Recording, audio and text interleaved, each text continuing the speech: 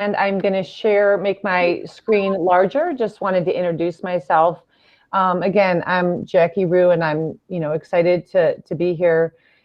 Let me get going, and then I can start. You will not see me once I start the presentation. Feel free, if you have any questions or comments, just to enter it in the chat section, and we will get those addressed. If you have any follow-up questions about your child in particular, feel free to reach out to me either after the presentation or one of your amazing school staff, and they will be more than likely to help. So just to get started tonight, and a little bit about me, I have two children myself. They are young adults now. They are 21 and 22. Much of what I am going to share comes from my own experience with my children, as well as the pleasure I've had working with many schools in the area, both here as well as overseas, and in my own current clinical practice where I treat children and families. I've been doing this for about 25 years.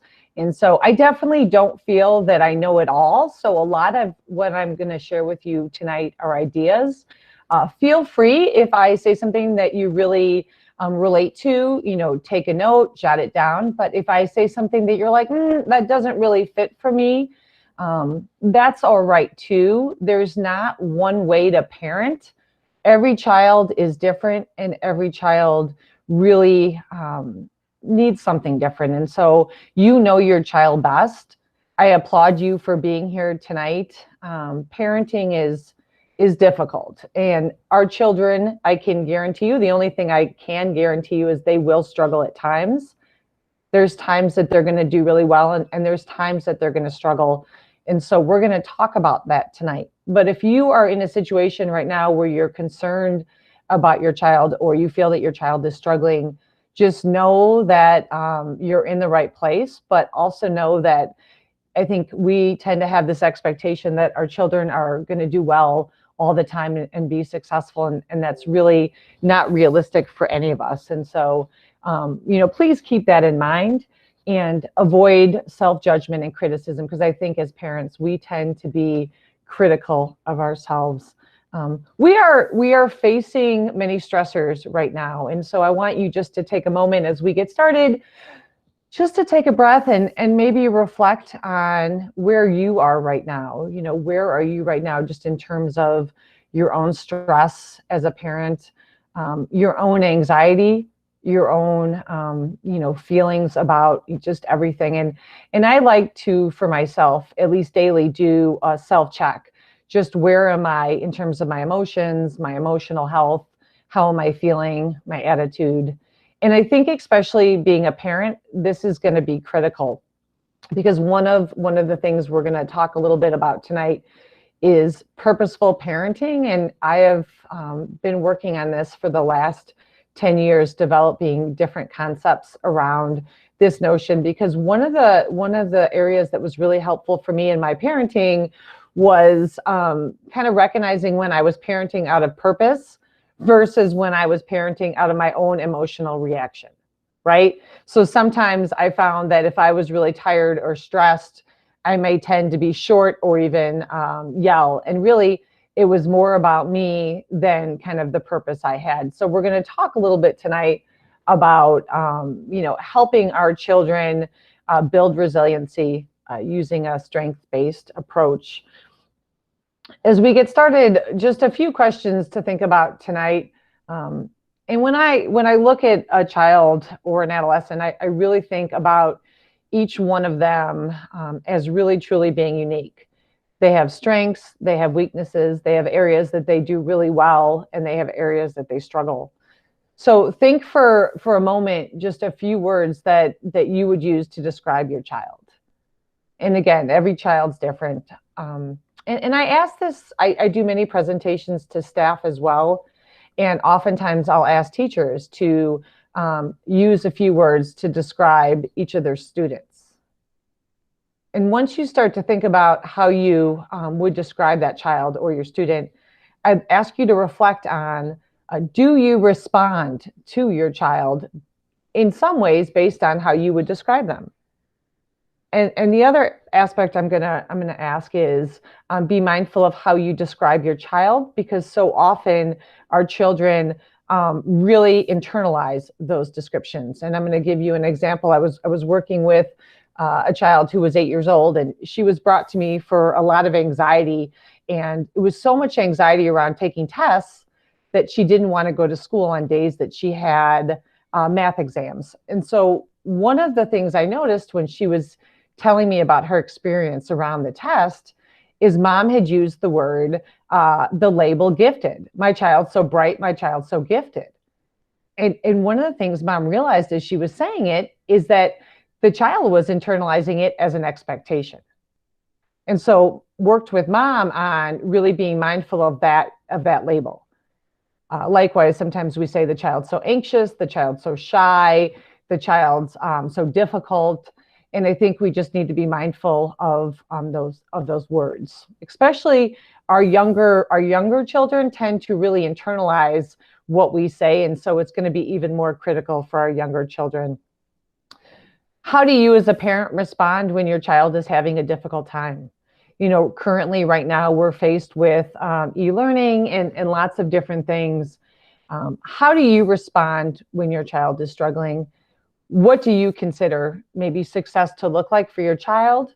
And when you don't feel that your child is being successful, how do you respond? Do you respond out of anxiety? Do you tend to get more anxious when your child is having a hard time?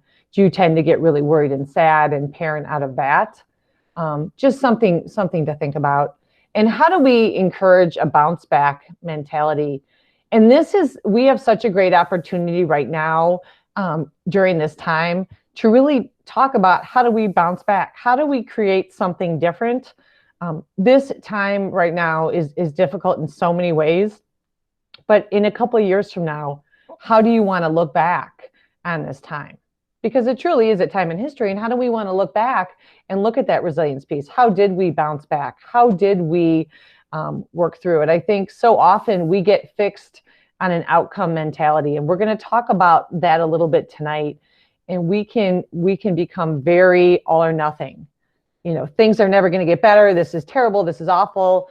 I was actually on somebody had showed me a Facebook page of a school district, and I saw some language that some parents were using, and it was really interesting to me because the language was very catastrophic. This is terrible. This is awful. This isn't working. And really, what I saw is the kids at home are gonna mirror that. And so we're gonna talk tonight about how to be mindful for ourselves so we can help our kids to follow our lead. And where this comes from for me, the building resiliency, and I shared this last week. It's interesting. I have 2 adult kids now, so hindsight is always 20/20, and there's a lot of things that I wish I had learned as a parent or that I had done differently. And so all of the great lessons I tried to teach my children while they were growing up, and all the things that I really worried about or focused on, seeing them as young adults, I see that the things that they really learned from me was through my modeling. I don't know that they really listened to a lot of what I said, but interestingly enough, they act just like me in a lot of ways. And so being mindful of just how we respond at home and how we model for our kids how to handle and how to manage bouncing back. When we talk about building resiliency, let's discuss challenges. There are many unique challenges during this time. We more than ever have to do things differently. And I think we saw that with the recent holidays, just really approaching things that we're not used to, and new and different will cause anxiety for many.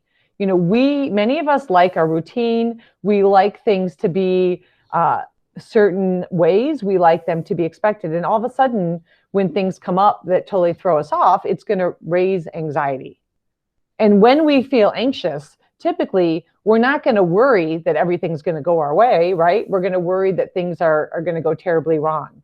And so being mindful of that, how do we discuss challenges with our children? How do we talk about when things come up that are going to be difficult? And even with the younger children, it's especially critical that we model for them, and how we respond to challenges is where they're going to get that guidance from in terms of the meaning of their experience.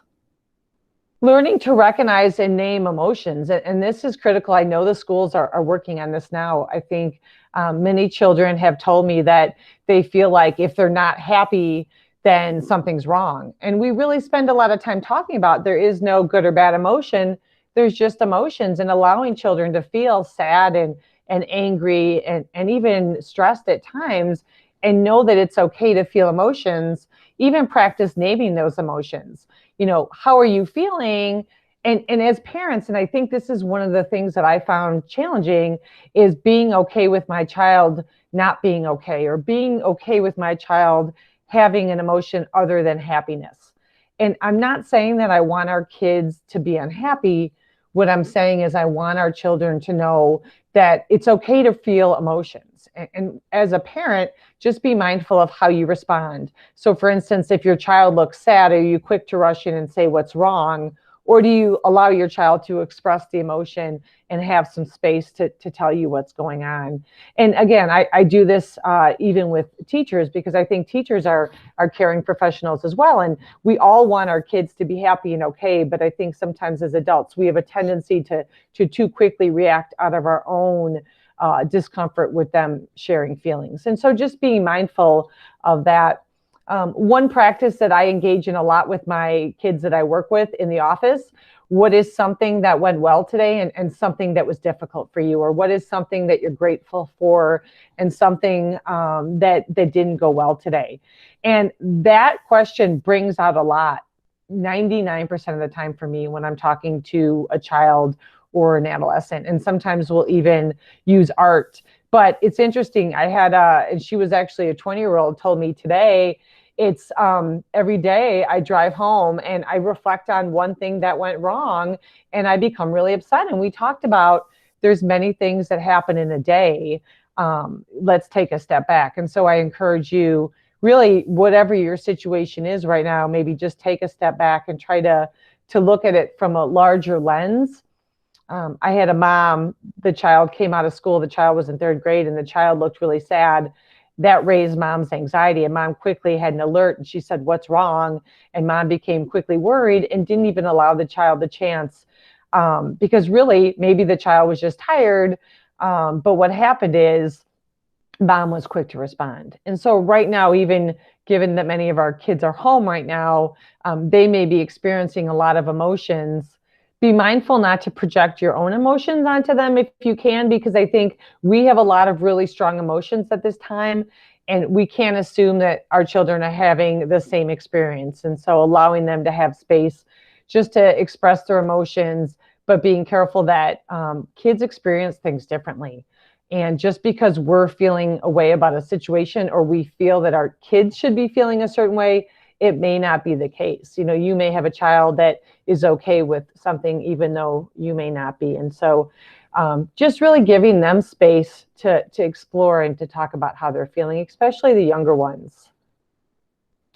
We talk about, whole child engagement and really understanding your child's strengths and areas that your child does struggle, and really focusing on those strengths to help them engage in their environment. We're going to talk on a little bit how to help our children engage in e-learning and cope with difficult situations that come.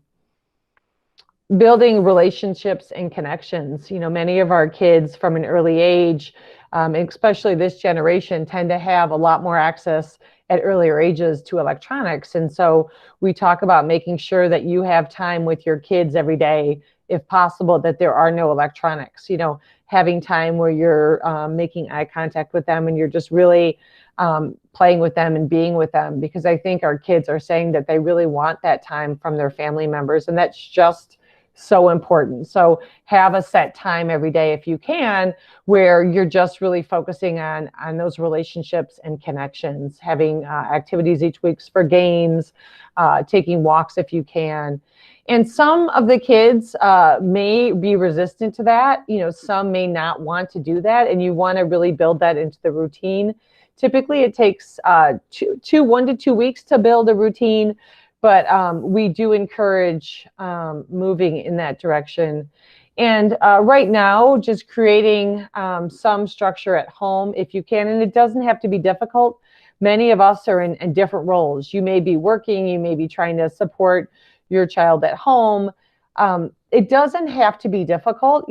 Find some things that you can do the same every day. Maybe you do the same thing in the morning, or you have a routine that you do at night. If you have the resources and are able, maybe create a visual. For our younger kids, they do really, really well with visuals. So creating a routine on a visual, and you can include things like something to look forward to each day. So there can be maybe a special treat if they've engaged in their e-learning they can earn. Maybe something each week that we do for our community, something we do for people that work at the schools, the police department. Maybe we have senior citizens in the neighborhood that we want to do something nice for as a family once a week. How do we build some structure? If you have a child that's struggling engaging in their e-learning, and maybe they really want to be on their video games, or they don't want to participate in school, try to set up some expectations around responsibilities, even for the younger kids, and really tying that to privileges. Some of the younger kids may really struggle with the learning, and being mindful of how you talk about the learning with them. And if it didn't work, be mindful not to catastrophize. Today was an awful day. Things are never going to get better. This isn't going to work. But often really partnering with people at school and talking about how can we work together. A saying I often say is, don't try harder, try different. If what you're doing isn't working, don't keep trying the same thing. Try something totally different and see if you get a different result. Oftentimes I feel that we try something one or two times, and if it doesn't work, we throw it out the window. But really trying to be consistent. You won't really see results with anything you try for a couple weeks. So really waiting it out. If your child does tend to overplay video games or want to be on electronics, and you feel that it's really starting to be detrimental in terms of games, really placing some limits on that too as well. When I look at a child, and this has just been my practice for as long as I can remember, I don't look at kids as broken or even mentally ill in terms of, I look at them as the whole child. Every child, again, has strengths and weaknesses. And when I take a step back, I try to look at these different areas. Where is the child cognitively and intellectually? How is the child? And many children I work with are, very intelligent. They can process, they can understand. Some of the children I work with, they process a little bit slower, but they're quick to remember things. So I really think about, where are they intellectually and cognitively? Where is the child emotionally? How does the child manage his or her emotions? How does the child self-soothe? How does the child understand emotions? I look at language development. Where is the child in terms of language development, and where is the child in terms of physical development? And this is really important for me, because when I'm assessing a child for the first time, I may have a child that's 11 but looks 13, is cognitively or intellectually bright, maybe even advanced, but emotionally there's some delay. And so all of these areas are helpful for me in terms of understanding the child and how to approach treatment, and how to help family members really respond to that child. Because so often our expectations of the child are not realistic and in line with where the child's at. So really think about your child for a moment. Where are they? And again, all children are going to progress differently. So you may have a child right now that is really struggling emotionally, or maybe even emotionally immature for their age. That doesn't mean that they are going to be emotionally mature in a year, 2 years, 3 years. Because every child develops differently, where they are now is going to look differently than 6 months and a year. So when we're responding to them, it's really about that purposeful parenting piece to help them develop in a healthy way. So think about where your child is intellectually. How do they typically do in school? How do they typically do just even understanding their environment? How do they manage their emotions? And during this time, you may notice winter's coming, it's getting darker. Many of our kids are starting to kind of slump now. We're seeing them disengage a little bit for some. That's when you really want to start making sure you're bringing in those connections, maybe outside people, virtually or at home, just spending more time interacting, language, and then that physical development. So just be mindful of that. If you have a child that is more of a visual learner and you are more of a talker and you do a lot of talking, be mindful of that, right? Many of our kids don't do well when we go into excessive talking or speeches. If you have a child that really struggles taking in a lot of emotion or taking in a lot, and you tend to be more of a yeller, be careful of that, because that's going to be counterproductive. In general, I find that yelling is one of those responses that we tend to do as parents that really are not effective. And so if you are finding that you're incredibly stressed out to the point where you're yelling or really kind of losing it, and that's pretty common during this time as adults, we're recognizing that there's a lot of stress for us. Try to take a break, take a step back. If you're trying to teach your child e-learning and deal with other things, or even if you're just trying to teach your child e-learning, you might be finding yourself becoming really stressed. Just take a break, even for a minute in the bathroom, just to take some deep breaths, because it's going to be important that we're in an okay place, or we're not going to be able to help our child. When we think about that strength-based approach, really thinking about your child's strengths, and every child has strengths. What are those strengths, and how do we really parent in a way that we're really fostering those strengths and building on those? When our child does have weaknesses or fails, maybe they're failing in an area, how do we teach our child to really accept those weaknesses and embrace failures? Again, something I did well today and something I really screwed up. I love when parents do this with their kids. Let's all say something that went well and something that didn't go well, and really celebrate the something that didn't go well, because I want our kids to know that I expect that they're going to make a lot of mistakes and they're going to deal with frustration, but I want them to learn to bounce back from that. Things are not always supposed to go their way or be easy. How do we think outside of the box, especially during this time?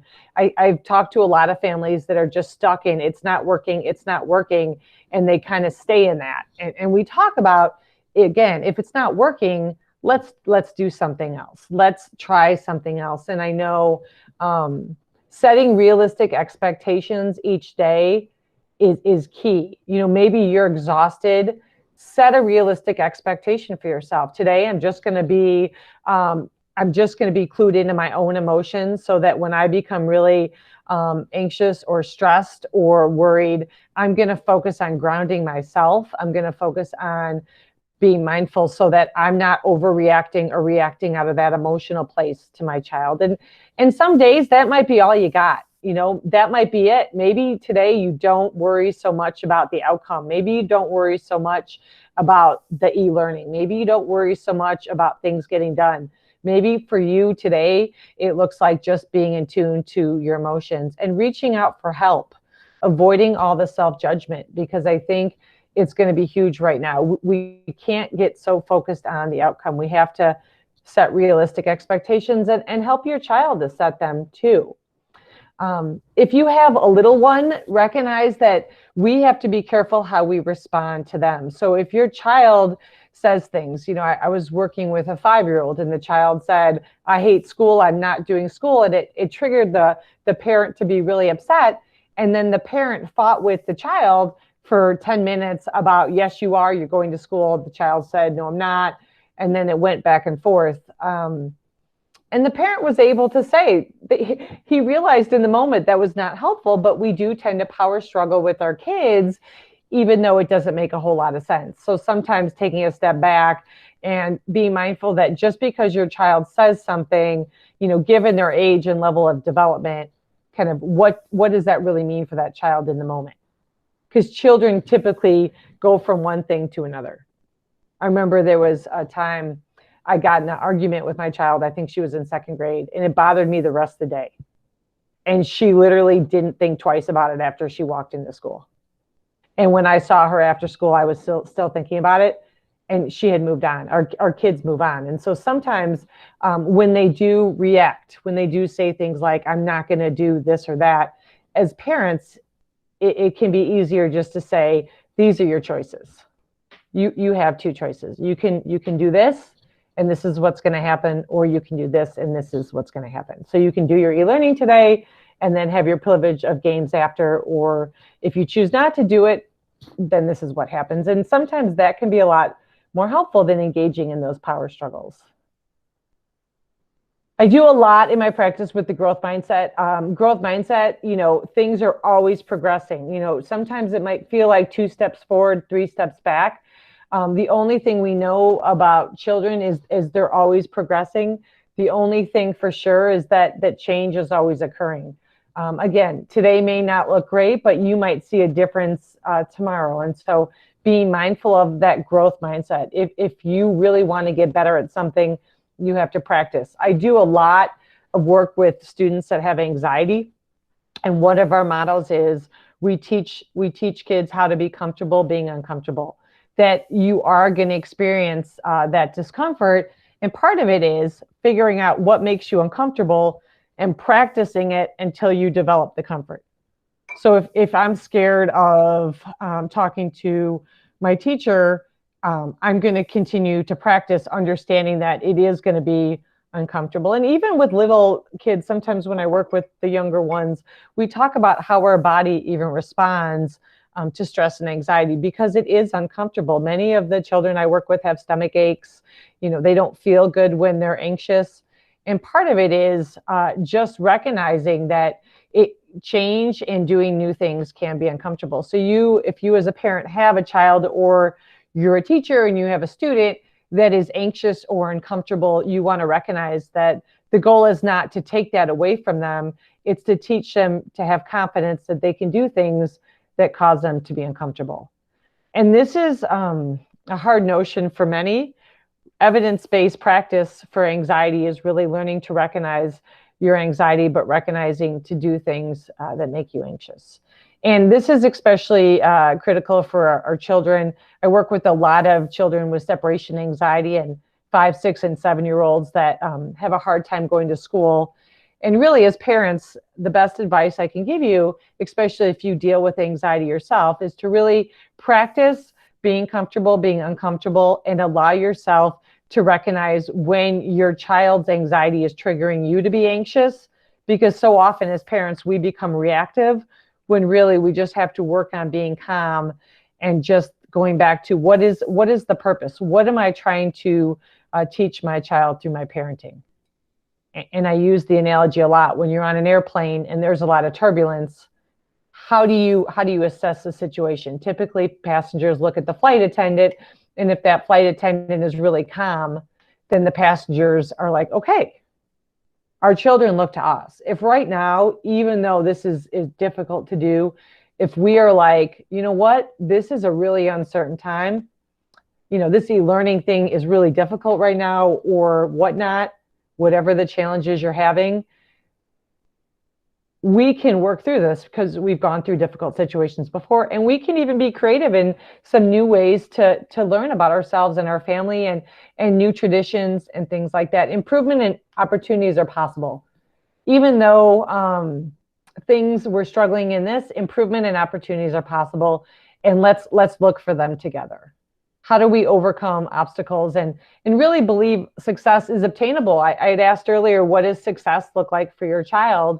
Really think about what that success looks like. Maybe for your child, it's doing something new tomorrow. Many parents have gotten together with their kids and said, let's all write down 3 things that are really difficult for us, and let's practice doing them, and kind of really be mindful when your child is doing something new, recognizing that versus always recognizing when they're doing something wrong. You didn't get your work done. You didn't complete that. You didn't do a chore. I can't believe you didn't do that again. But looking for the things that they're doing right.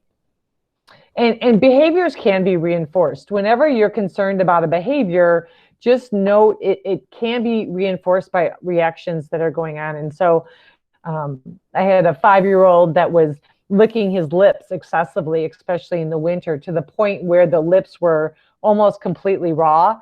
And every time the child went near the lips, the parents jumped in and, kind of reacted. And the more the parents reacted, the more the child licked its lips. So if there's a behavior in your house that you're concerned about, I would look at how you're responding to the behavior, and think about, is this helpful? Is this working? If what we're doing here isn't working, let's try something different. And again, when you're working on a different plan, just recognize it's going to take 1 or 2 weeks of consistency to see any change, but just stick with whatever plan you have.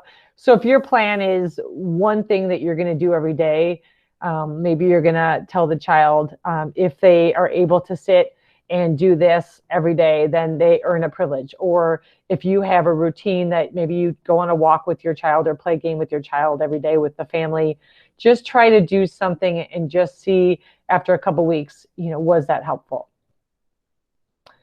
How to talk to your kids about COVID, about e-learning, about just different stressors that you may be feeling in your family. I would just, in your community, just encourage age-appropriate conversation. Keep in mind your children's perception and experience of reality is going to be very different.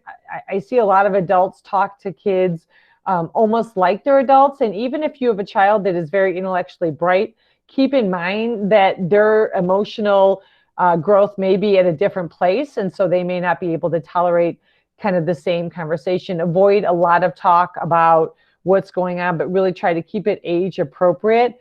And again, just because you're having a certain experience, be mindful not to project it on your child. Many parents are very concerned right now that their children are experiencing a lot of loss. Things need to be different. This isn't working. Your child may not be necessarily experiencing that, but they may look to you and they are going to mirror your reactions in many cases. So being mindful of that, when you talk to kids, allow them to have the room to express themselves. And this is true from very early ages all the way up to young adulthood. We need to allow our kids just that freedom to express. What do you think about what's going on? What are your thoughts about how we could solve this? Because I think as adults, sometimes we want to give a lot of suggestions, but we don't allow our children to really express themselves. Teaching the social responsibility, this is such a great time to really model to how are we supporting our teachers and our community members? How are we really, digging in to help out during this time? I think our kids love and they get so excited about doing things for one another and helping out. And it's such a great time to kind of take a twist. We can really focus on ourselves or we can really focus on partnering with others. And I've heard many stories of just different people in your community that have done just that, have really come out to try to help others. And it teaches such a great lesson to our children. How do we model emotional regulation? Think about for a moment how you manage your emotions. How do you manage emotions like anxiety and anger and sadness? And think about how you manage those emotions. And sometimes it's good to allow children to know that you're experiencing different emotions and see how you do model. I had a really stressful day today. And how do you deal with stress? Or when you're angry, are you one that's able to kind of use some coping strategies, or do you tend to fly off the handle? If you do struggle with any of these areas, just think about for a moment, maybe setting a goal for yourself. Because I find that so often our children do really mirror those behaviors. Avoid excessive dialogue. Our kids really don't do well with excessive talking. So just be mindful of that. And if you have a child that's anxious or having a hard time, try to avoid all the reassurance. We've looked at studies and ways to build confidence in our children and really promote self-esteem. And there's a lot of literature that shows that we don't build confidence in children by telling them how wonderful they are or providing excessive reassurance, but really praising efforts, praising growth, praising progress, and not overpraising, being realistic and allowing children having room to make mistakes and have failure. But typically when kids are anxious, parents want to reassure them, you'll be fine, don't worry about it. And again, we're really trying to allow kids to have those emotions and know it's okay. So avoid that excessive reassurance. Don't worry about it, because I think we want our kids to learn to sit and even tolerate anxiety. It's important that kids at a young age understand that it's okay to be comfortable being uncomfortable. It's okay to be anxious about situations. We don't want to take that anxiety away. We want to teach them how to work through it. And that's something that I'm seeing across the board that kids are struggling with. So if we can teach them at an early age, it's huge. We had one activity where I worked with a classroom, and they had like a poster board, and they had a bunch of feeling words on the poster board. And behind each feeling word was a coping strategy they could use if they wanted to. And the kids in the classroom would pick up the feeling card, and there would be, if it said like sad, there'd be a strategy on the back. So really the teacher put it on the students, and I think they were maybe second grade, put it on the students that we know that you're going to feel all different kinds of things. And we want you to learn that feelings are okay, that feelings are great, even all the feelings besides happy.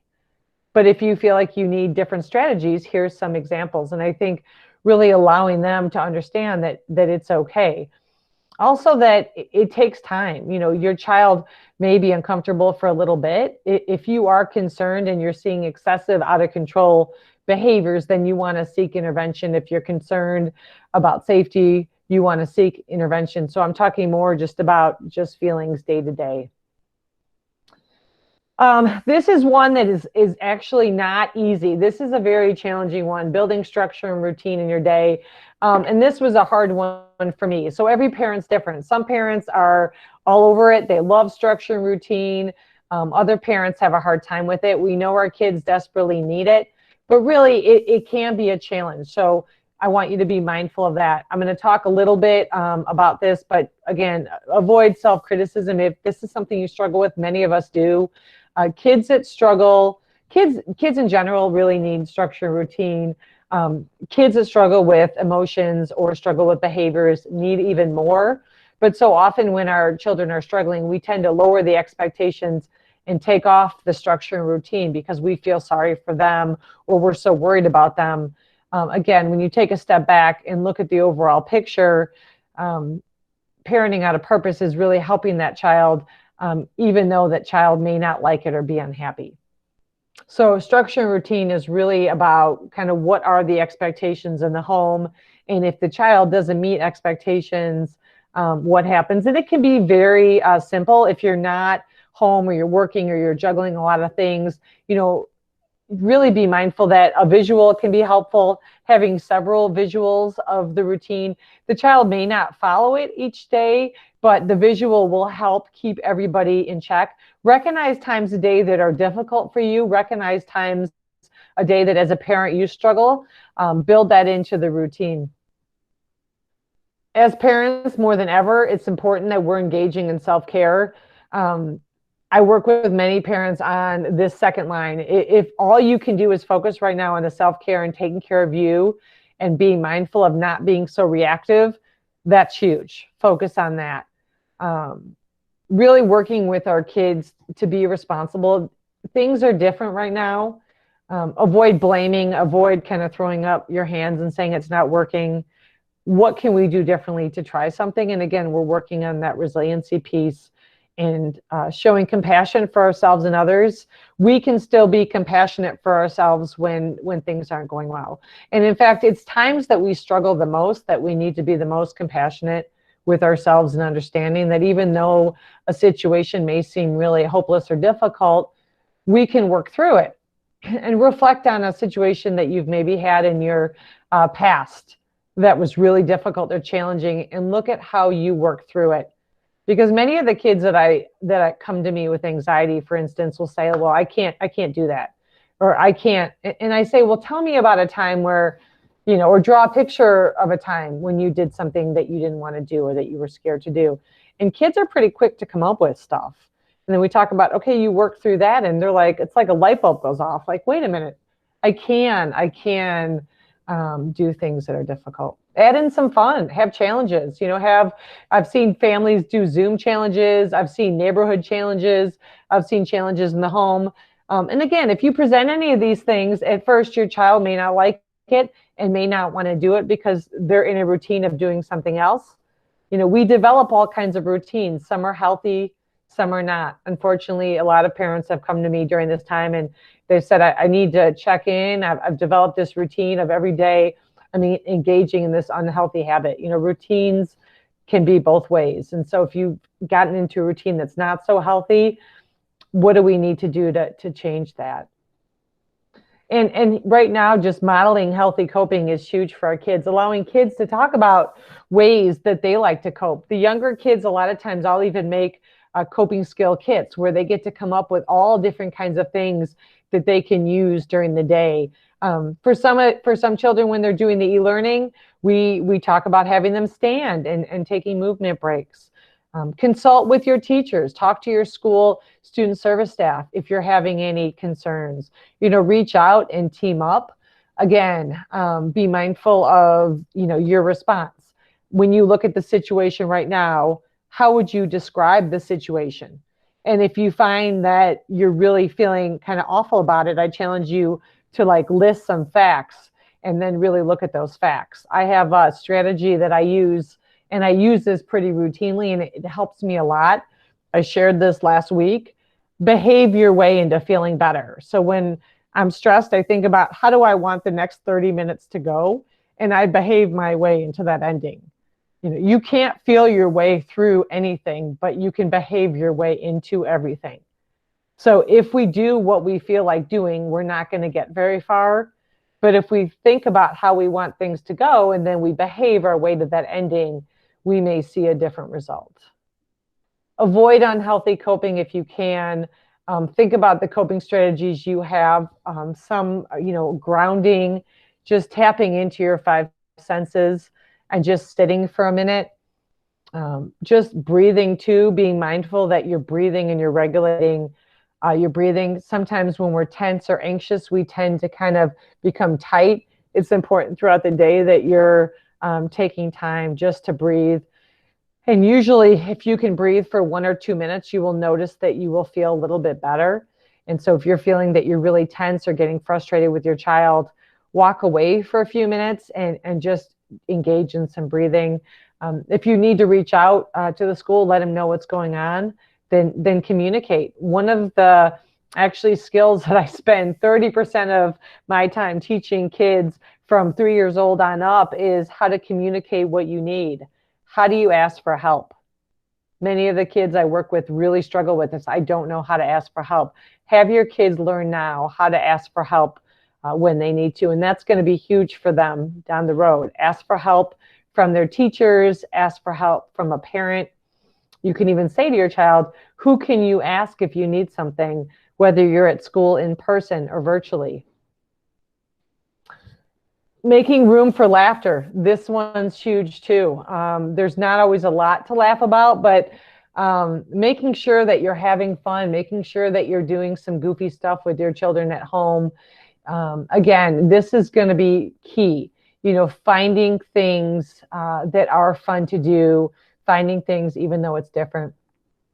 If you're a worrier, I know this is challenging, but avoid excessive worry. It's funny because nobody ever worries, like I said, that things are going to go really well. Thoughts are not necessarily reality. Just because you have a thought doesn't mean it's true. And that's going to be even more important, that if you're experiencing anxiety or stress, your thoughts are going to be a symptom of that. So be mindful that just because you have a thought doesn't mean it's true.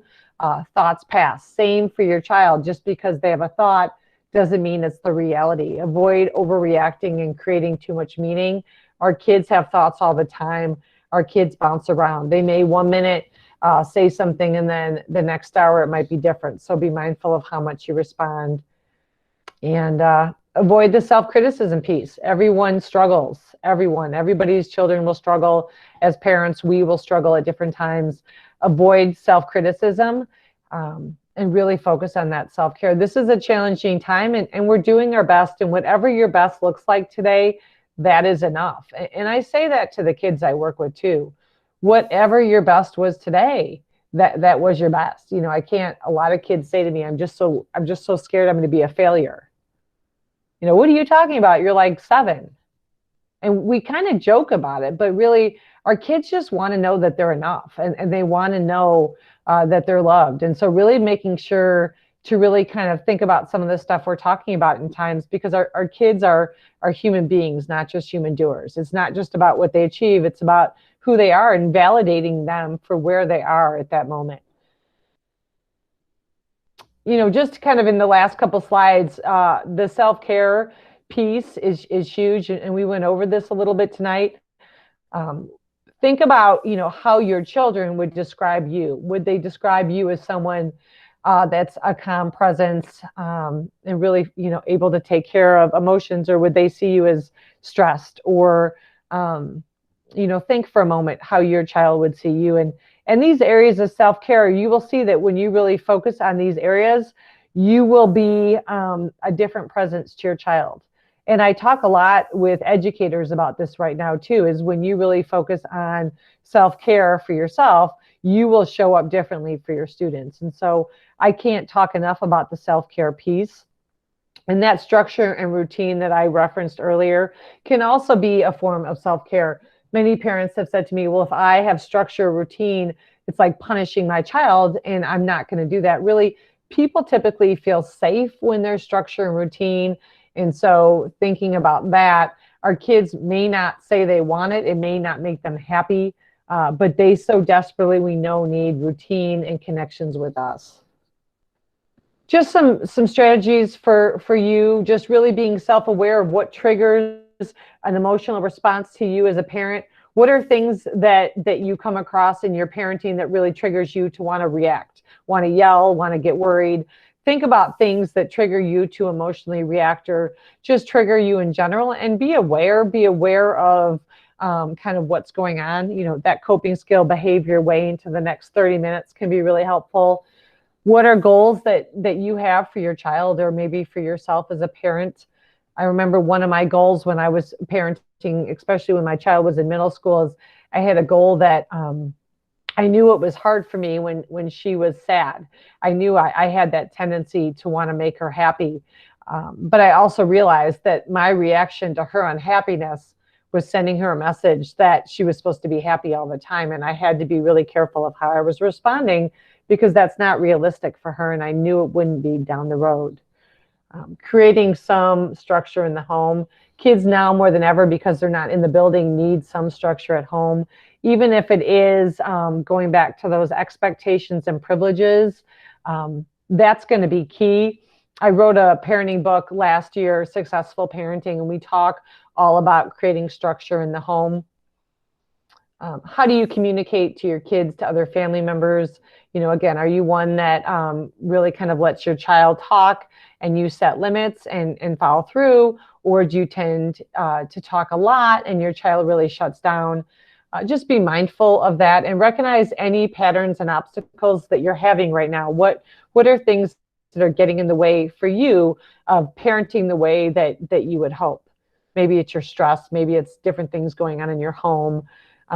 Be honest about that to yourself. Embrace your reality, because realities aren't always fun to look at, but it's our reality. And sometimes settling in and taking an honest look is where we can start to really have change.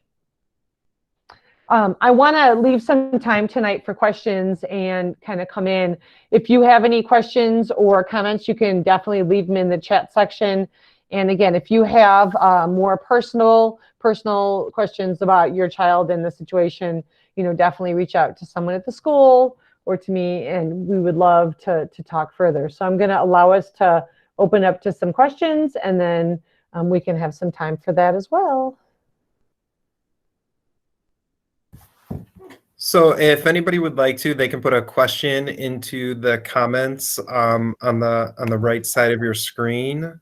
You could also raise your hand, and we can try calling on people. We can see how that goes too.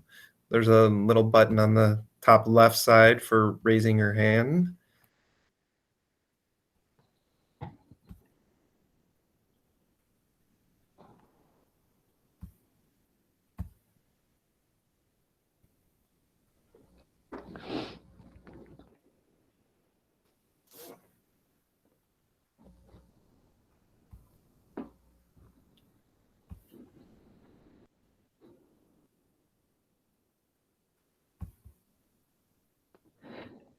And I know, I don't know how old everyone's children are on here, so I can't speak specifically to the situation, but if there's anything you wanted me to address or a general topic too, you can put it in there.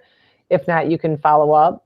I know this time of the year, as we're approaching the holidays too, just being mindful of, there's a lot of different ways that we can look at the holidays. We're going to have 2 weeks without any classroom learning. So really being creative in terms of thinking of some fun things to do. I know a lot of families have amazed me with fun ideas, but really even creating like a visual board where everybody comes up with fun ideas they want to do. And there really is a lot of things. So that's made me excited, just seeing how everyone is coming up with just different things to do. So it might not look the same as it looked last year, but it's really kind of fun seeing all these creative ideas.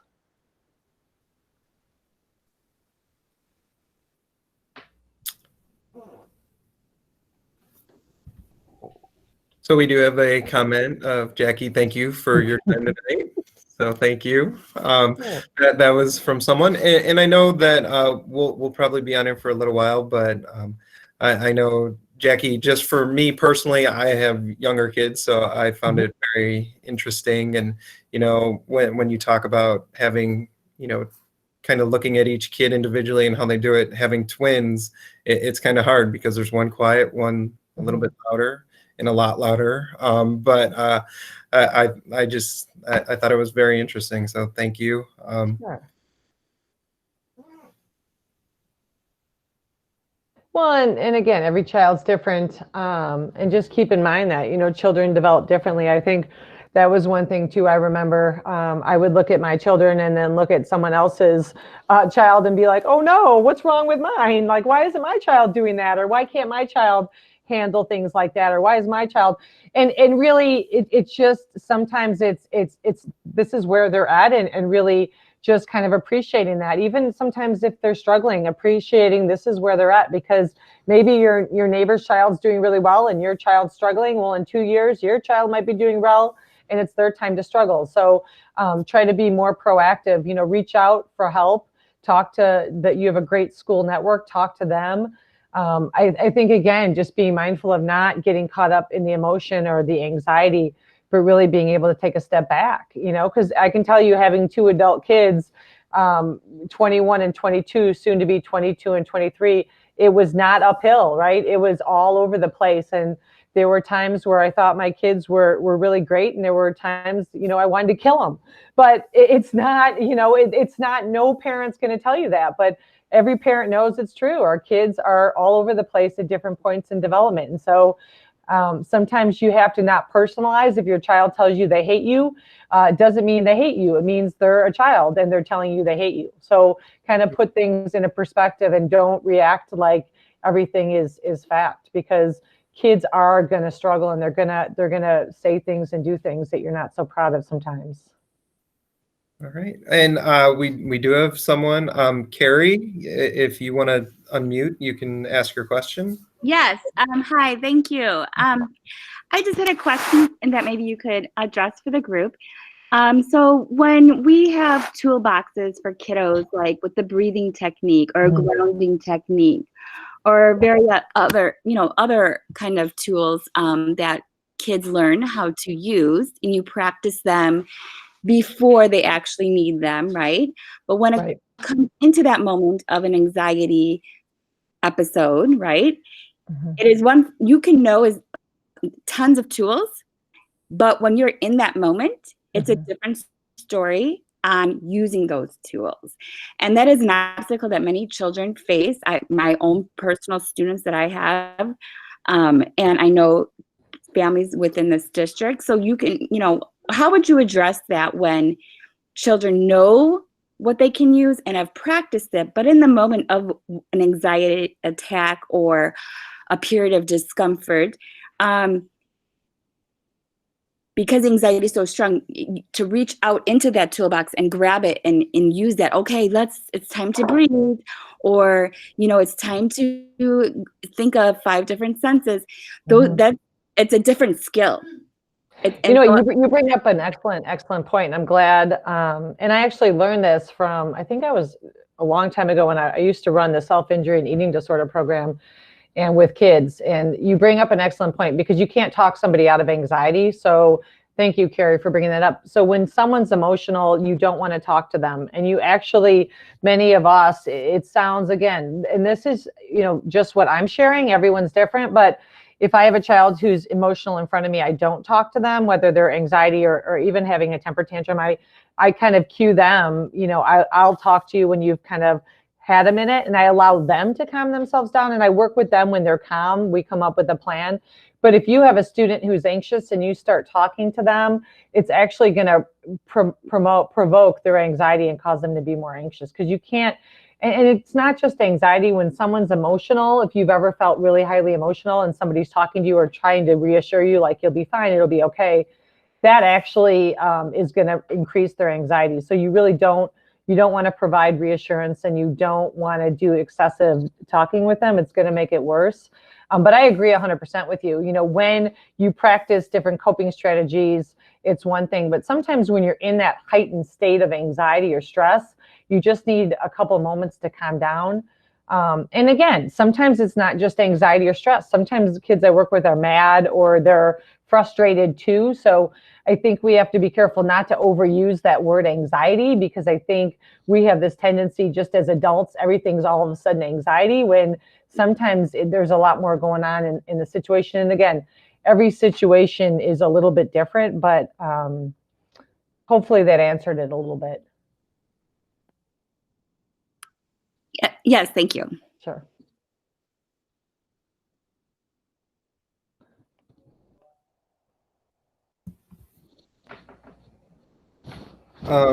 We have another question from Mason, so you can unmute yourself. There's actually a question relating to that last question. So in a situation like that, when a child has some tools to use and starts working themselves up or being anxious, and you decide, as you said, Jackie, to sort of not engage with that and let them know that you would communicate with them once they're calmed down.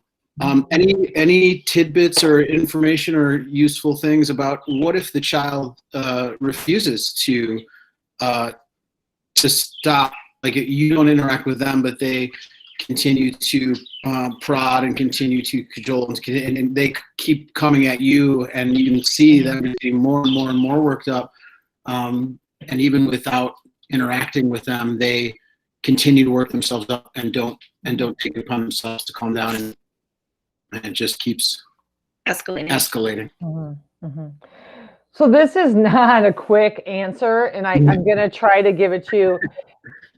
There's a lot of different things that can come up. I mean, I work with a lot of kids. I work with kids that have anxiety. I work with kids that sometimes even get really upset. And I don't want to put where they're like follow around the house, and sometimes even engage in full out, like sometimes temper tantrums, like where they're like kicking and screaming and things like that. And I hate that word, temper tantrums, but just fully like upset. And sometimes you have to look at what the behavior is. Okay. And so, and again, I don't like answering this question in 2 minutes, because you want to look at the behavior that's occurring and what's reinforcing the behavior.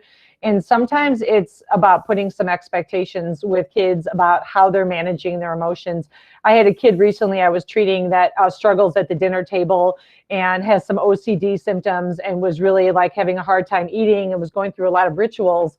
And the parents kept focusing on the rituals, and they were upset about the rituals. And they brought him to me, and we talked about not in that situation obsessing about the rituals, but having expectations for like dinner eating behavior. And so the parents were focused on the rituals, but not holding that child to the expectations. And so when kids have anxiety, and again, this is kind of some people may not agree, but when kids have anxiety, we tend to bring the expectations down, because we feel sorry for them, that they can't handle a lot. They're so anxious.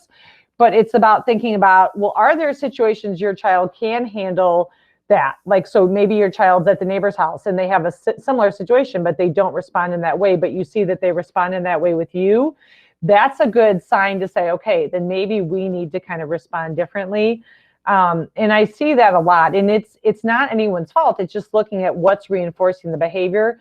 And I hear that, especially around video games, many parents will say to me, I can't limit the video games. They need their video games. This is what makes them happy.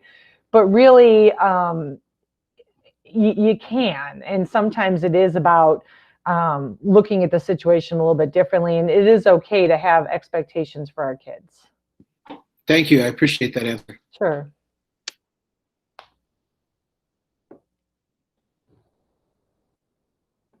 It's these conversations are difficult, and I can relate to you all because having kids, and it's interesting because my kids are a year apart, and my younger child was more of that kind of fragile, anxious, sensitive kid that would be more, just looked even more anxious. And I had a tendency to kind of worry and feel sorry for her. And that kind of created a dynamic where my older kid, typically with the oldest, you're like, oh, you got it, you're strong, you can just go deal with it. And so I recognized I had a tendency to react to each one differently based on how I saw them.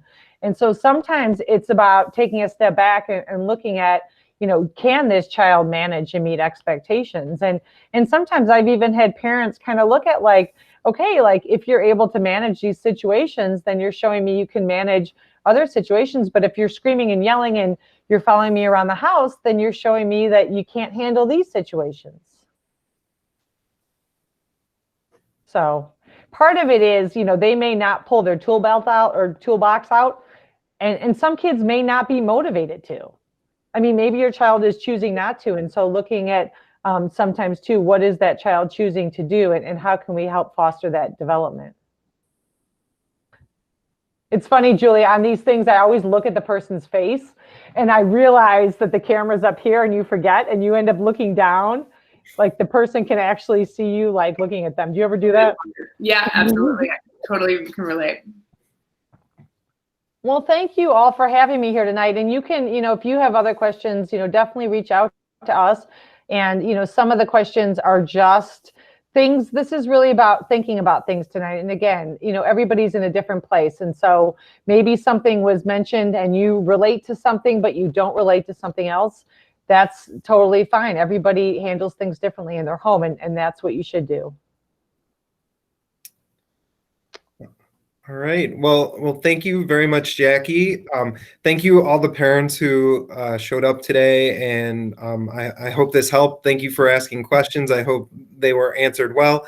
I want to thank all the principals. I know there's a bunch of principals on, and Dr. Nadler, the Assistant Superintendent of Special Education in Wakanda. So thank you all for tonight. And again, Jackie, thank you so much for presenting all of this great information. Thank you. And you're still getting a lot of thank yous on the side. Oh, awesome. Thank you. Thank you. Thank you. Thank you. Really enjoyed it. Thank you.